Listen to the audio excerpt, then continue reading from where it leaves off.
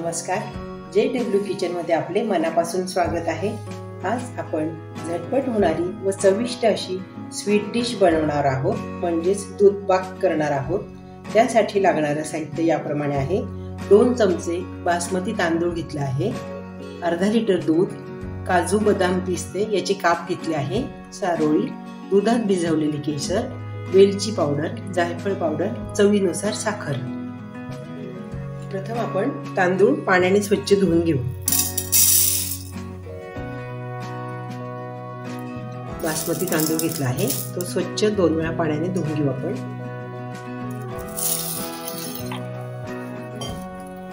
तांदूळ धुवून झाले आहेत। आता आपण कढईत दूध गरम करून घेऊ।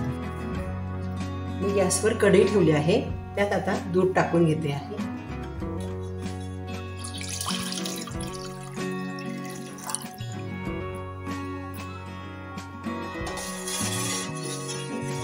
दूध आपण छान उकळून घेऊ कमी गॅसवर। दूध छान उकळते आहे कमी गॅसवर मस्तच। मी आता धुतलेले तांदूळ टाकून घेते आहे।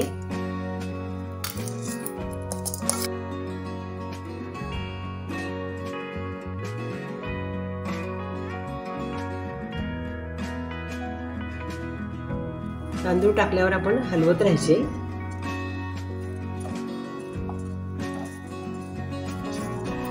तांदूळ दुधात शिजवून घेऊ आपण। कमी गॅसवर आता शिजू दे।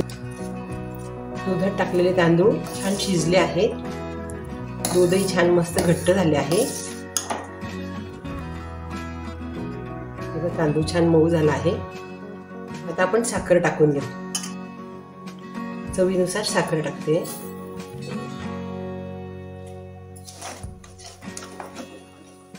साखर टाकून आपण हलवून घेऊ। काजू बदाम व पिस्त्याचे काप टाकते।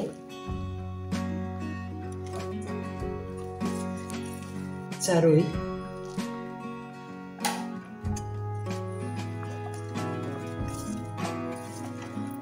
दुधात भिजवलेले केसर,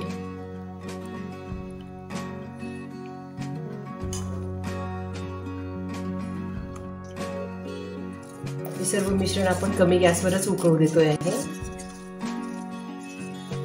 मस्त झाला आहे दूध पाक। त्यात थोडी जायफळ पावडर, विलायची पावडर,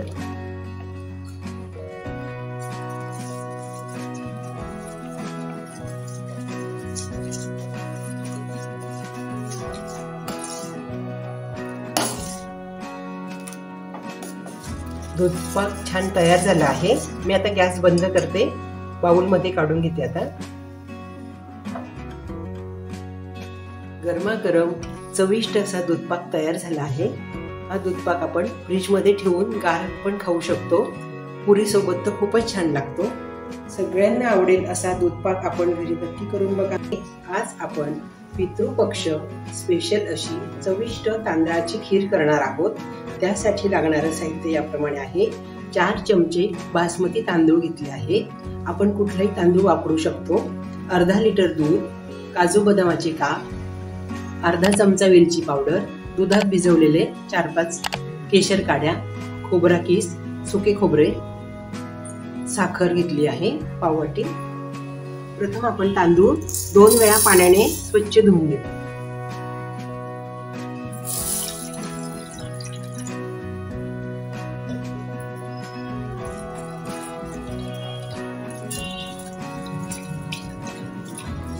तांदूळ अशा प्रकारे आपण धुवून घेऊ। तांदूळ 2 वेळा पाण्याने स्वच्छ धुवून झाले आहे। त्यात मी आता 1 कप पाणी टाकते। प्रमाणापेक्षा जरा जास्त पाणी टाकायचे खीरचे तांदूळ शिजवताना। थोडे मीठ टाकते। हे सर्व मिक्स करून आपण कुकर मध्ये ठेवून 3 शिट्ट्या करून घेऊ। कुकरच्या भांड्यात मी इथं पाणी टाकले आहे, त्यावर जाळी ठेवली आहे। त्यात आता आपण स्वच्छ धुतलेले तांदूळ ठेवून शिजवून घेऊ। कुकरला झाकण लावून आपण 3 शिट्ट्या करून घेऊ। आता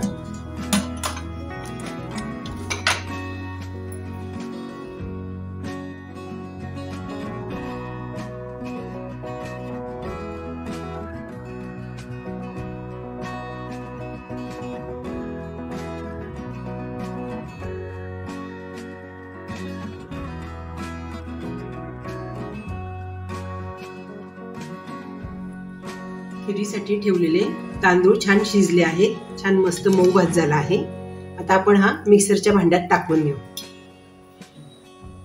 मी ते मिक्सरचे भांडे घेतले आहे, त्यात आता आपण सर्व शिजवलेला भात टाकून घेऊ।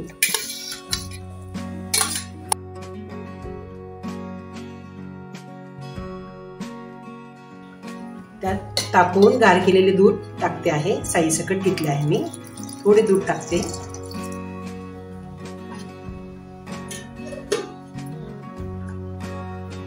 साखर,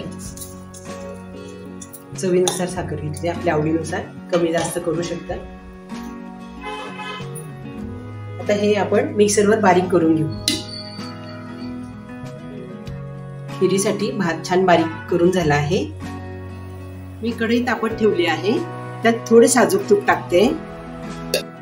मी कढईत साजूक तूप टाकले आहे, त्यात आता काजू बदामचे तुकडे टाकून घेते। ते आपण तुपावर परतून घेऊ थोडे।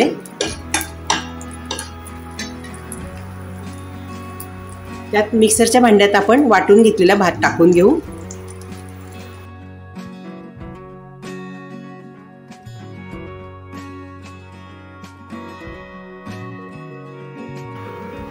त्यात अजून आपण उरलेले दूध टाकून घेऊ।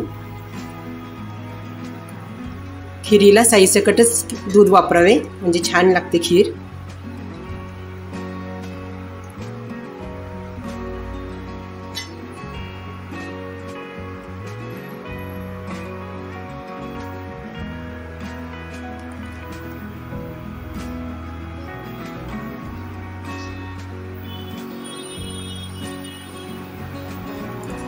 साखर आपण आधीच वाटताना टाकलेली आहे।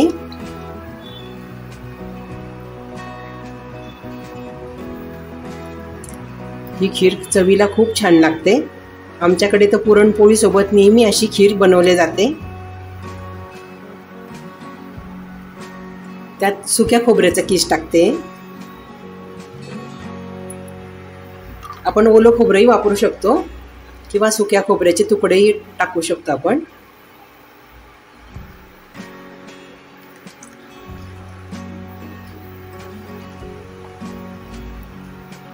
2-3 उकळ्या आल्यावर आपण बंद करू। छान घट्ट होते नंतर खीर। मग खिरीवर झाकण ठेवायचे नाही, नाहीतर उतू जाते।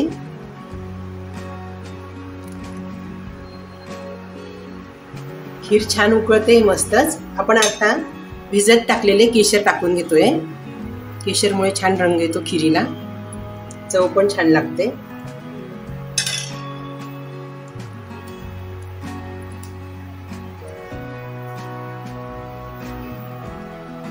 खीर आता मस्त घट्ट होते छान।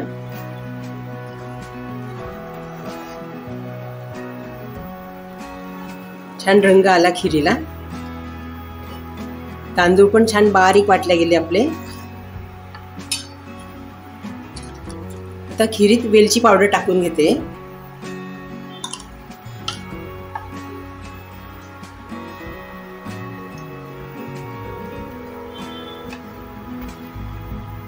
छान तयार झाली खीर। आता हीट बंद करते मी।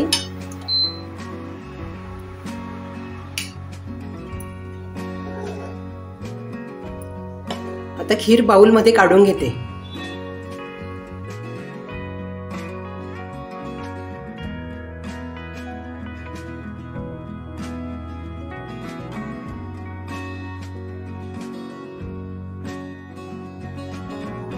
झटपट होणारी चविष्ट अशी गरमागरम खीर तयार झाली आहे।